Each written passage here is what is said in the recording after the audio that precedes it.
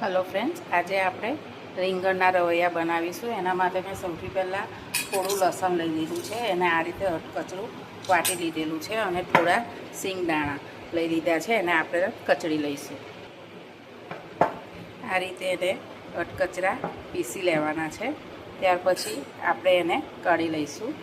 આજે લસણ આપણે વાટેલું હતું એની જોડે જ આપણે એને મિક્સ કરી લેવાનું છે। આ રીતે આપણે લસણ અને સિંગદાણા બે લઈ લીધા છે। ત્યાર પછી આપણે એમાં મસાલો નાખીશું। મસાલામાં આપણે 2 થી 3 ચમચી જેટલું ધાણા જીરું પાવડર નાખીશું, થોડી હળદર, લાલ મરચું નાખીશું। તમે જે પ્રમાણે તીખાશ ખાતા હોય એ પ્રમાણે તમે મરચુંનો ઉપયોગ કરી શકો છો। ત્યાર પછી આપણે એમાં થોડું મીઠું નાખીશું, સ્વાદ પ્રમાણે મીઠું લઈ લેવાનું છે। અને ત્યાર પછી આપણે એમાં થોડી ખાંડ નાખીશું।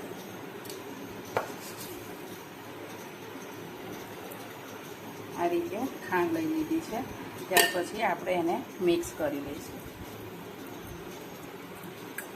બરાબર એને મિક્સ કરી લેવાનું છે। આ રીતે આપણે એને મિક્સ કરી લીધું છે। ત્યાર પછી આપણે એમાં 1 થી 1.5 ચમચી જેટલું તેલ લઈશું।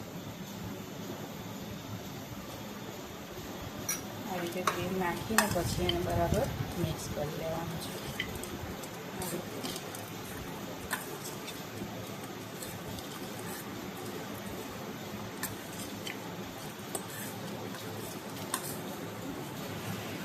આ રીતે મિક્સ કરી લેવાનું છે।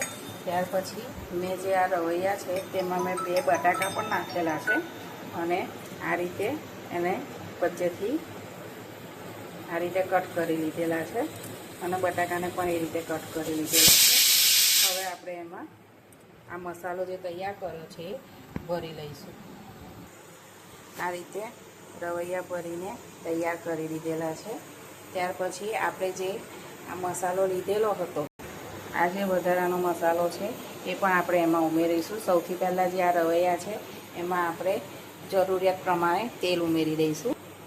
2 થી 3 ચમચી જેટલું તેલ ઉમેરી દીધેલું છે। ત્યાર પછી જે આપણે આ મસાલો લીધેલો હતો તે પણ આપણે અંદર આ રીતે સ્પ્રિંકલ કરી લેવાનો છે। એને હલાવવાનું નથી, બેઠો થવા દેવાનું છે, એટલે એને આ રીતે મૂકી દઈશું। આ રીતે એને રવા દેવાનું છે। ત્યાર પછી આપણે એમાં લગભગ અડધો ગ્લાસ જેટલું પાણી ઉમેરીશું। આ રીતે આપણે અડધા ગ્લાસ જેટલું પાણી ઉમેરી લેવાનું છે અને ત્યાર પછી આપણે કુકરનું ઢાંકણ બંધ કરી અને 2 થી 3 વિસલ થવા દઈશું। અને આપણે પાણી રેડીને પણ હલાવવાનું નથી, એમને એમ જ આપણે 2 થી 3 વિસલ થવા દેવાની છે। 2 થી 3 જેટલી વિસલ થઈ ગયા બાદ આપણે જોઈ લઈશું કે આપણા રવૈયા થઈ ગયા છે કે નહીં।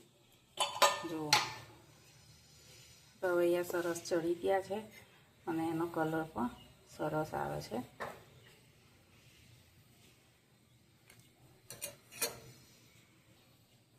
રવૈયા સરસ એ રીતે થઈ ગયા છે અને ચડી પણ ગયા છે। તો તૈયાર છે આપણા રીંગણના રવૈયા। એમાં મેં 2 બટાકા પણ નાખેલા છે। જો તમને આ રેસીપી ગમી હોય તો મારો વિડીયો લાઈક કરજો અને ચેનલને સબસ્ક્રાઈબ કરવાનું ભૂલશો નહીં।